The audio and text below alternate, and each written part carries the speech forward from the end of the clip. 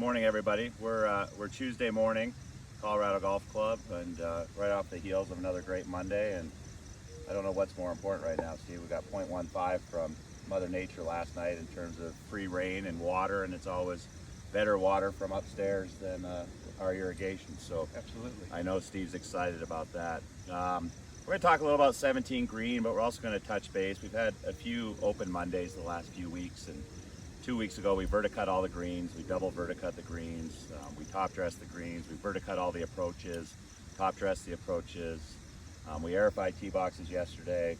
We did a lot of bunker work yesterday on the golf course with roughing up the sand and putting it back in place yesterday.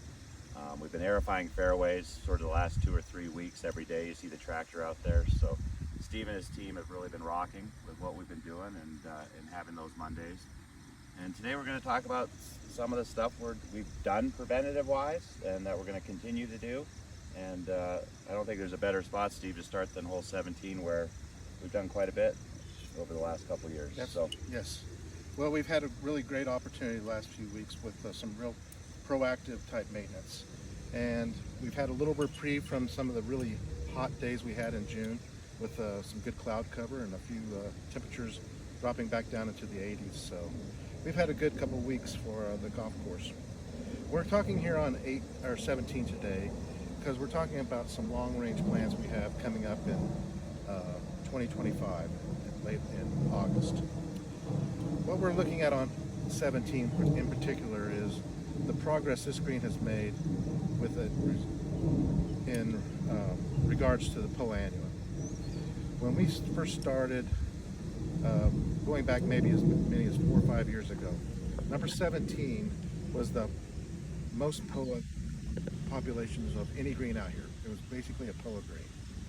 And today, I'd say we're probably have gained more than 50% on this green. That we've introduced bent grass to it. We've been using the POA cure treatments. But I want to remind you of a little history lesson we had when we first started POA. Was when that there's about 20 different POA genos, and one of those genos was very prevalent on the screen, and the POA cure really took it out completely.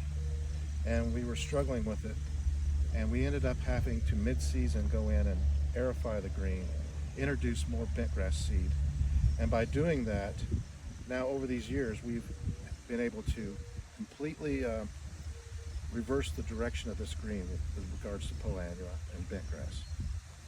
So our plan coming up in 2025 is to go ahead and aerify all the greens, open up core aerification, and by doing that we'll be opening the surface for it to be more receptive to bentgrass overseeding. And I believe that's one of the main reasons why this green has really flourished under this program. We'll be continuing the POA cure, which is also working on this green as well. It's particularly if we look down into some of these heavily areas of heavy POA where we have bentgrass growing up in the middle of the POA, which means we're now infiltrating the POA instead of the bentgrass, instead of the POA infiltrating our bentgrass. And for a couple examples of what this is going to look like in 25, this is normally what we aerify with on a bi-weekly basis. It's a solid time venting, and people don't even realize we've done it in a lot of cases. In 25, we'll be using this core aerification time. It's a half-inch time where we'll actually open up small holes, and we'll have a lot of holes where we can overseed the bentgrass. I also have a little bentgrass with me here. Let's show you how fine it is. Bentgrass is actually about 5 million seeds per pound, at least. And right here in this cup, I've got about 3 ounces. So I probably have close to 1 million pounds right here, or 1 million seed right here in this little sample.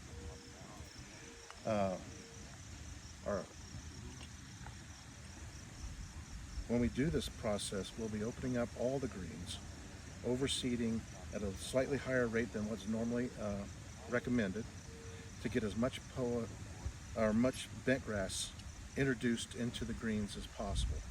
I believe over the last 5-6 years since we stopped core airifying, we haven't had that opportunity to really being able to overseed bent grass so that it has that foothold into the greens and can spread into these areas. And so our plan, our agronomic plan over the last 5 years, where we haven't core aerified, has worked great. We do not have a thatch issue on our greens, which is what most people aerify for, is to remove thatch and reduce their organic matter in their profile. Our greens do not have that situation. So this process is not about a deferred maintenance. This is about us being proactive and continuing our programs to enhance and really promote bent grass into the greens again. So I know Steve's talked quite a bit about the process, what he's going to do, how it's going to happen. We're going to kind of write it up into one of our communications. We are going to close the golf course starting in 2025, the Sunday of the club championship. So we're going to aerify Sunday, Monday, Tuesday, let everything re-heal, and then we'll get everything back open on Friday. That's correct. Yeah, so we'll detail everything a little more in the write-up, and we hope you enjoyed the video. Thank you.